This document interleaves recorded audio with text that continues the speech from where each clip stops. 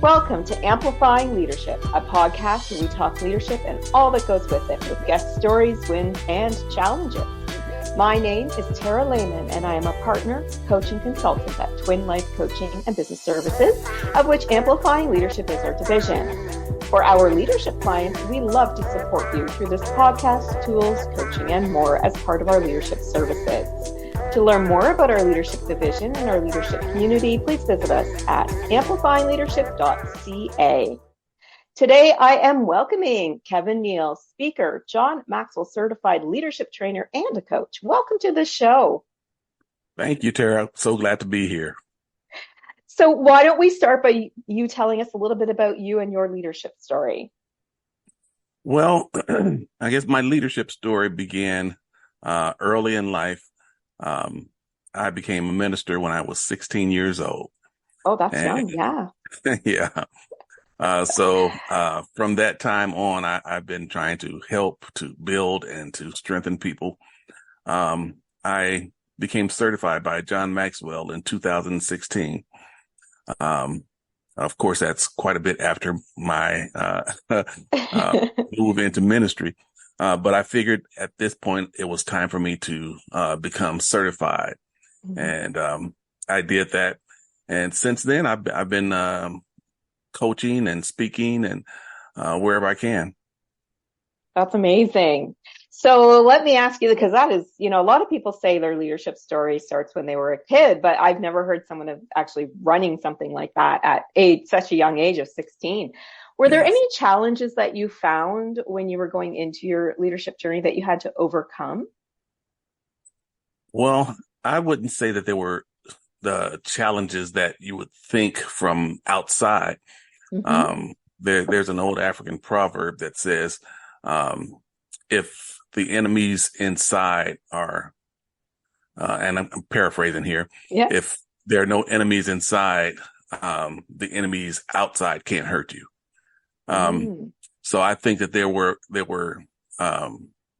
challenges inside in me, feeling like I was too young to really make a difference, feeling like I was too young to make a change. But I continued to do what I felt called to do.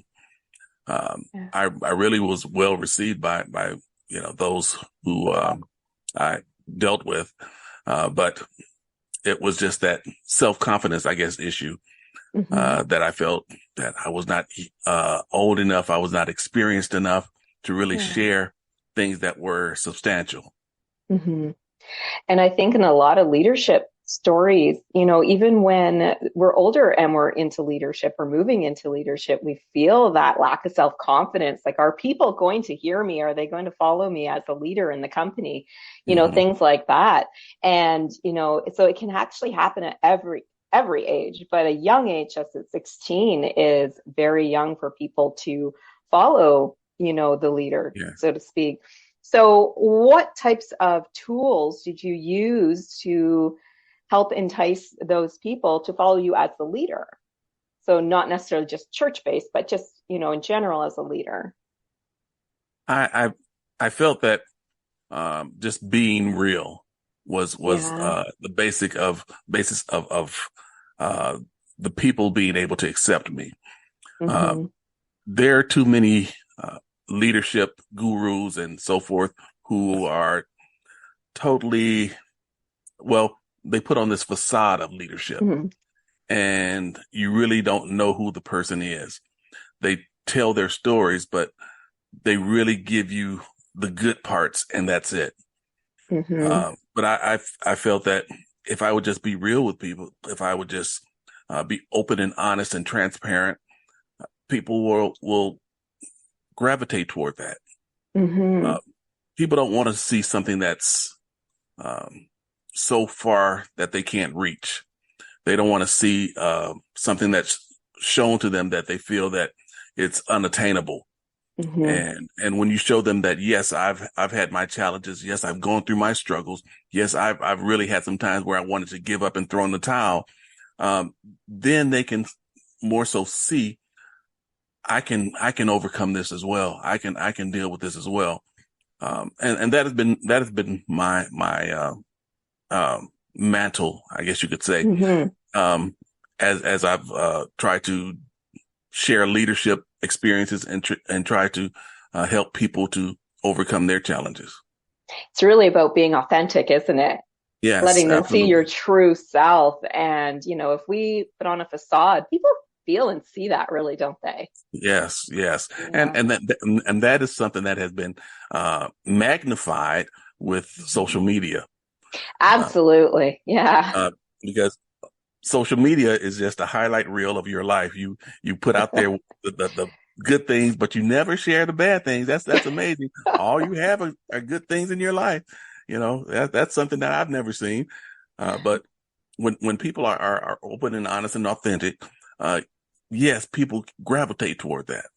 hmm So, what are your thoughts then if, a leader has a challenge and they're not feeling good that day? Maybe it's a personal challenge, maybe it's a business challenge that they don't want to share with the team, but they're clearly not there. Like you can see their authentic self. They're upset, they're angry, frustrated, whatever. Mhm. Do you have any tips or suggestions on how leaders can communicate with their team in a way that they would be able to understand a little bit? Maybe Mhm. they can't share it if it's confidential, you know what I mean? Yes, I think one thing that leaders fail to do in many instances is they don't have anyone that they can share with. hmm They've been placed in their own minds as well as in many times their teams on a pedestal, and they have no one there that they can really share their struggles, their hardships with. So this all of their challenges begin to well up in them, and sooner or later it's going to explode just like a volcano. Yeah. Uh, because they don't have anybody to share with. And I would say, number one, you need to have somebody that you can talk to on a level that you don't feel intimidated, on a level that you don't feel ashamed, but on a level that you feel that you're able to be vulnerable with them. hmm Because if you don't, it's ultimately going to explode in you, and that's where you hear many people having heart attacks, high blood pressure, all of these different things, strokes, because Yeah. these emotions and these stressors have welled up in them, and now hmm they have nowhere to go, and so the body takes these things on, Yeah. and it, it Yeah. it's it's devastating. And I think as we're both leadership coaches, and I've also built a leadership community, it is so important to have that outlet or somebody there who can understand or appreciate that you have your own set of challenges and you're Mhm. not that perfect person who Right. everybody's looking up to, because let's be real, we're human. We Hmm. have our own personal challenges. We have our own struggles that in our businesses that maybe we have that tight deadline or that big budget restriction that we're not ready to share yet because maybe we Hmm. can't or whatever those reasons are. And it really can be, we do need to talk it out with somebody. So I love that you bring that up because I think it is a very important piece that a lot of leaders miss is getting Yes. that person who is, your coach or somebody who you can talk to about your own Hmm. challenges and your own stories, right? I think that's very Right. important. So thank you for bringing that up. Or even a group of people that you can Yeah. come together with. Yeah, exactly, exactly. So let me ask you this. Since we're talking a little bit about communication, I'm wondering what your thoughts are around communication and being a great leader. Communicating when things are good, but then also communicating when we know things might be cut, like money or people. What are your thoughts in general around communication as a great leader? Well, I think communicating is a several tiered endeavor. Um, hmm Most people just try to jump into it, and either they'll hide things and then at the last minute open up, or they'll share the the crux of what they're trying to get over and end up hurting a lot of people in the process. So I think one of the things that has to be considered when you're a leader is, where are the people? What level are they on? What can they handle? What can't they handle? hmm And coming in on the level that everybody is on, rather hmm than speaking in what I've heard a lot of people, a lot of leaders do is kind of speak in riddles, and not really share the true truth of Yeah. what is going on. But be real with people. But come in on the level that they're on. If they can't handle the uh, I guess the high level information that you're sharing, don't share that. Mhm. Because when you're sharing high level information that they don't understand, they go out more confused than what they did when they came in. Yeah. But start on the level where they are. What are they? What are their pain levels? What are their struggle levels? Deal with those. Okay, I know you're having trouble with your finances. I know you have families, you have um, schools that you're going to. Let's deal with them on that level. Okay, how is Mhm. this going to affect my family? How is this going to affect my pay? How is this going to affect my education? How is this going to affect my children? Deal with them on a level that they can understand, and that's basically dealing with connecting on common ground. Okay. Mhm. And those are some things that we all deal with. Okay. I deal with this, you deal with that. And we may deal with it on different levels, but if we come together on the common ground level, then Mhm. both the leader and the person that you're talking to, the people that you're leading, they'll get something out of the conversation. And Yeah. that's one thing I think that is lost often in communication, is that leaders often think that just because I said what I want to share, that I've communicated to them, but that's not it. Bingo. Yeah, Mhm. you have to understand that uh, communication is a two-way street, and both people or both parties in the communication must be able to get something out of what was communicated. Mhm. So when you share with them on a level that they can understand, come to them on common ground, then there is that uh, there's a sense of leaving the conversation with something that I can stand on, something that I can hold and be confident in.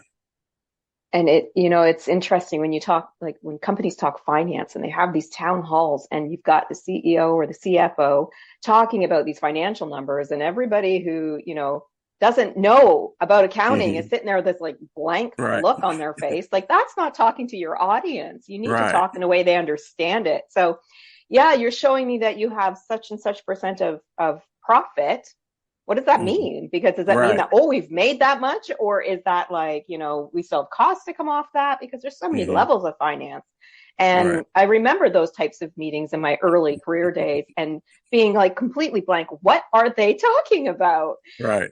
So you're right. You really do truly need to talk to the audience that you have and at all levels. And if you're going to bring those big groups together, Mm-hmm. speak at a level that talks to the majority of the people and then follow up if needed, right? I mean, Right. finances, if you're open book, it's great, but talk so they understand what the heck it means, right? Right. I mean, What is this going to mean in my paycheck? What is this going to mean? exactly. Yeah, yeah.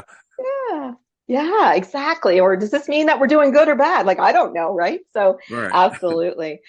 I want to touch on change management a little bit because you sort of started to touch on that a little bit. When it comes to change, are there any ways that you see when you're doing your coaching or talking to leaders that is a better way to communicate change? Because I know, like, as leaders, we know about the changes early, we've accepted them already, and we need to make sure our teams are now aware. How can we communicate that in a way knowing that though that audience that we're talking to doesn't know about this yet? Any Mm-hmm. tips for that? Well, one thing I think is that when we talk about change, recognize that it's not easy for anybody. Yeah. None of us like change, but it happens. And when we deal with it on that level, I've seen situations where uh, change was approached in a sense that, well, this is just what's going to happen, whether Mm-hmm. you like it or not. This is where we are. But I've always felt that when you deal with delicate uh, issues, when you deal with challenges, you always try to understand how the person that's receiving your communication is going to take it. Mm-hmm. How is it going to affect them? Is this something that's going to really take them through the ringer? Is this something that's really going to devastate them? Then if it is, then I need to approach it that way Mm-hmm. and not just throw it out there and say, you take it, that's just the way it is. No. How is it going to affect them?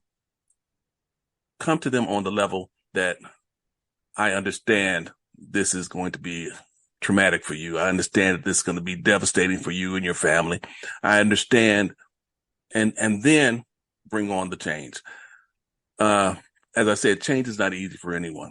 Yeah, None of no. us just likes change all the time, Mm-hmm. but we understand that change happens.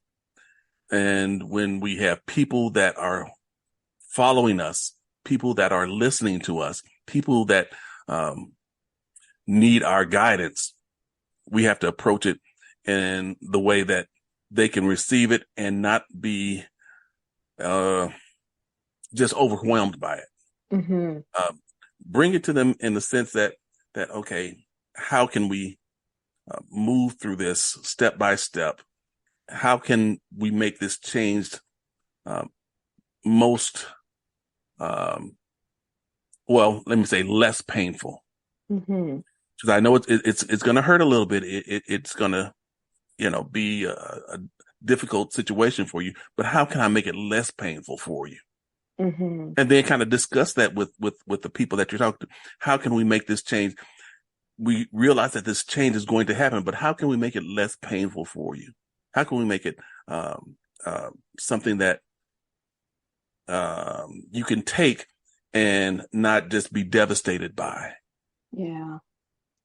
So let's say there's layoffs coming, and that's a tough change because as Absolutely. leaders, I might be saying, hey, Kevin, I'm so sorry to tell you this. You're one of the ones being cut. Is Mm-hmm. there a way, any tips that you have for businesses in order to help those employees with moving on, and accepting that change? Because people will be angry. They may have, like, as you mentioned earlier, things at home that maybe bills need paid, food that needs bought, right?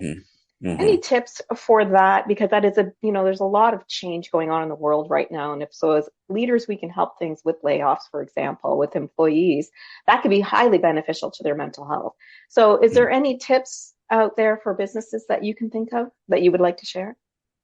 I think that before any communication as concerning layoffs and things of that nature take place, the leader needs to step back and say to himself or herself, how can I make this layoff less painful? What am I going to Mm-hmm. do to prepare my team, the people that work for me? How can I prepare them to take this a little better? So can I provide some training Mm-hmm. that will possibly put them in line for another position? Can I provide some opportunities, maybe with other companies? Can I maybe get other companies to take on some people that are being laid off? I love Uh, that. yeah. So uh, we can, as leaders, look at this before we present it to those that we're communicating with and find out all the things that we can do to help make the layoff less painful rather than just throwing it out there and says, I'm sorry, there's nothing that I can do, see you later. And Mm-hmm. that is definitely not the way to go. And I have a personal experience with that. I was in a company that I was with for 20 years and they had downsized and I was in that downsizing. So Mm-hmm. I understand what happens. My company, of course, did not have that type of leadership. But what I found out is that when you help prepare people for a difficult change, it changes their outlook on that change Yeah. rather than just throwing them into the lion's den, for instance, and just saying, okay, you can handle it. Yeah. That's never a good thing. I love the tips that you shared too. I mean, even providing training if you're financially can do that. Reaching out to other companies. I recently had a client who was in IT and there was a lot of layoffs earlier this year. She happened to be one of them, but her company reached out to all the other competitors and said, we're having to lay off this many people. If you can take any of them. I think Mm-hmm. that she had several offers. So, it's amazing what you can do. If you just think of those tiny little outside of the box things, just reach out to the competitors or to someone Mm-hmm. similar and say, hey, or post it on LinkedIn and say, hey, we're laying off. Is anybody out there?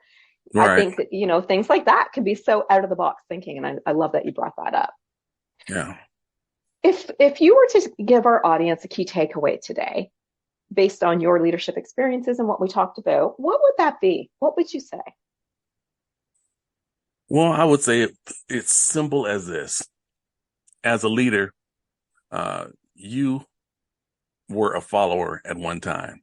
Yeah. And think about how would you take the things that you are doing when you were a follower? Are you one that considers others in the way that you would, just basically following the golden rule, do unto others as you would have them to do unto you? Yeah. Is that the way that you're leading? Are you leading the way that you would want to follow? Mm-hmm.